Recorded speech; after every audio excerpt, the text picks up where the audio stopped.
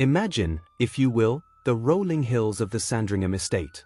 Usually, it is the backdrop for stiff upper lips, Barber jackets, and the occasional pheasant meeting its maker. But this Easter, the atmosphere was less festive chocolate eggs and more emergency diplomatic summit.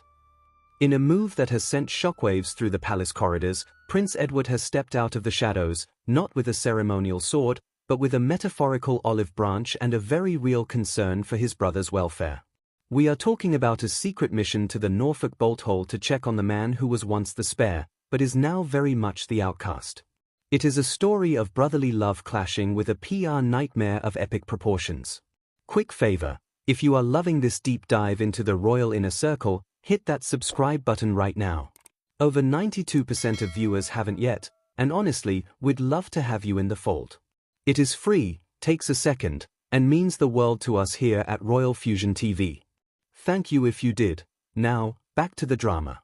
Now, let us set the stage, because the geography here is just as messy as the family dynamics. Prince Andrew has been living in what can only be described as royal exile at Wood Farm.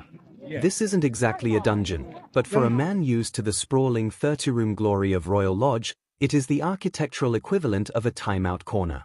But here is the twist: Edward and Sophie, the Duke and Duchess of Edinburgh, usually spend their Easter at Wood Farm. This year? No room at the inn. Andrew was still there because his new permanent residence, Marsh Farm, wasn't quite ready. Apparently, the luxury carpets weren't plush enough or the Wi-Fi wasn't quite fast enough for a man with a lot of time on his hands. This led to the Edinburghs being shuffled off to a modest holiday let called Gardens House. You can almost hear the sigh from Bagshot Park from here. However, despite what the tabloids might suggest about property disputes and annoyed brothers, the vibe was surprisingly tender. While King Charles has essentially drawn a line in the Sandringham dirt, making it clear that Andrew is persona non grata in the public eye, Edward is playing a much more delicate game. He is the mediator. He and Sophie didn't turn up to argue about floor plans, they turned up for dinner. Think of it as a welfare check with better cutlery. They are reportedly deeply unsettled by Andrew's fragile state of mind. It is a classic sibling tightrope walk. How do you support the person who shared your nursery without condoning the absolute catastrophe their life has become? Speaking of catastrophes, let's talk about why the air in Norfolk is so thick with tension. This isn't just about old headlines, it's about the here and now. On the 19th of February, the world watched as the police inquiry into Andrew's links with Jeffrey Epstein hit a new, terrifying gear.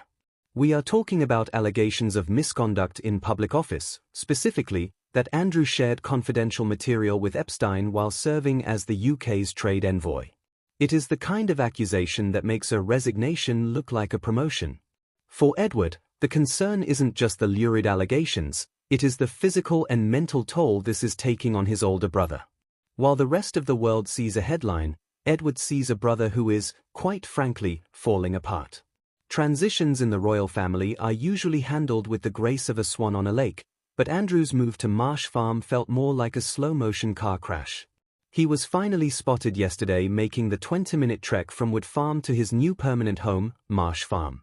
And when I say trek, I mean it. He was pictured with his head bowed, lost in thought, with only his faithful dogs for company. No motorcade, no fanfare, just a man walking toward a 5-bedroom farmhouse on a floodplain.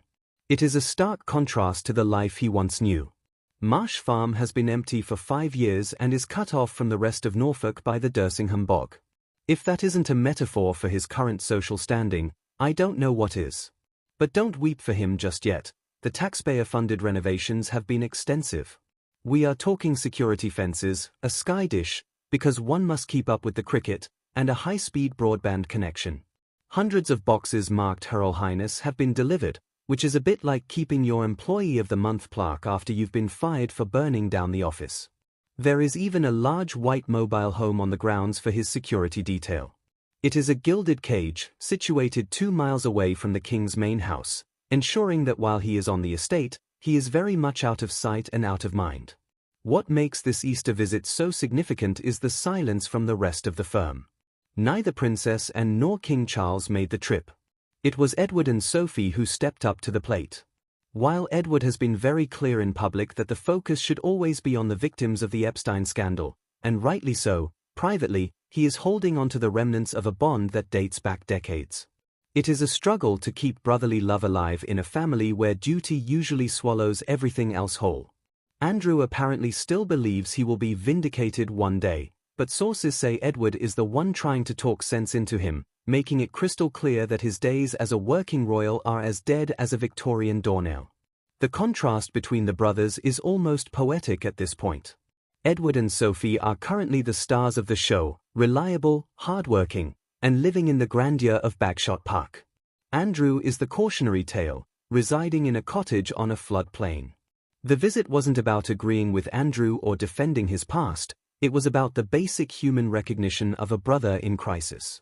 As the legal walls close in and the US Department of Justice releases more embarrassing files, the royal exile is becoming very, very real. It is a lonely road from a palace to a bog, and Edward seems to be the only one willing to walk a few miles of it with him. In the end, the great Easter move is complete. Andrew is in his new home, the Edinburghs have headed back to their duties, and the king remains resolute. The monarchy is moving on, but the ghosts of the past are clearly refusing to stay buried in the Norfolk soil. Whether Edward's welfare check actually helped or simply delayed the inevitable remains to be seen, but one thing is certain, the House of Windsor is currently a house divided by more than just property lines. Thank you so much for watching Royal Fusion TV.